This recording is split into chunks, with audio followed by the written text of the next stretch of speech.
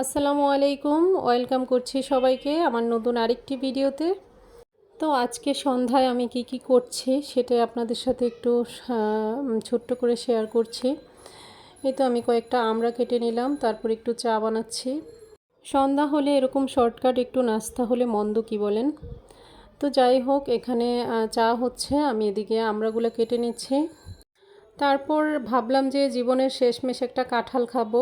ও sorry, জীবনের শেষ না, মানে বছরের শেষ একটা কাঁঠাল খাবো এই সিজনের জন্য। তো তার জন্য আমার মা একটা কাঁঠাল কিনে নিয়ে এসেছে। তো এখন চলুন আপনাদের সাথে কাঁঠালটা কেটে একটু শেয়ার করি। তা আপনারা কেউ কিন্তু পালাবেন না, একটু ধৈর্য সহকারে দেখুন আমার কাঁঠালটা কত সুন্দর ভিতরে। দেখেছেন?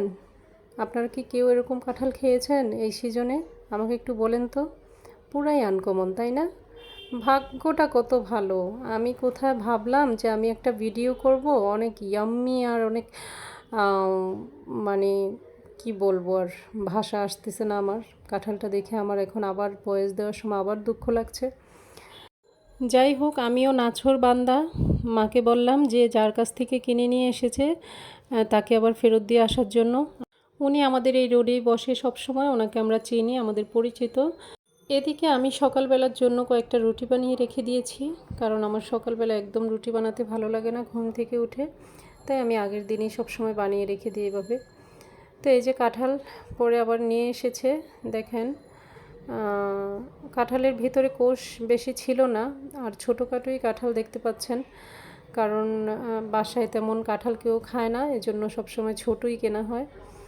যেমন ধরেন কাঁঠাল, তরমুজ, জাম্বুরা, এরকম কিছু কিছু ফল আছে যেগুলো খুব বুঝে শুনে কিনতে হয়। অনেক মানুষ খুব সুন্দর করে বুঝে যে এই জিনিসটা ভালো না মন্দ, বেশিরভাগ মানুষই বোঝে না। তা আমিও বুঝি না, তার জন্য আমার বেশিরভাগ কাঁঠালটা কেনা কম হয়, তরমুজটাও কেনা কম হয়। কারণ উপর দিয়ে দেখে এই জিনিসগুলো কেনা খুব কষ্টকর। দেখা যায় উপরে খুব সুন্দর হয় কিন্তু ভিতরটা একদমই। তো এজন্য এইসব জিনিসগুলা কমই কেনা হয়। তো অল্প হলেও অনেক সুন্দর ছিল কাঁঠালটা।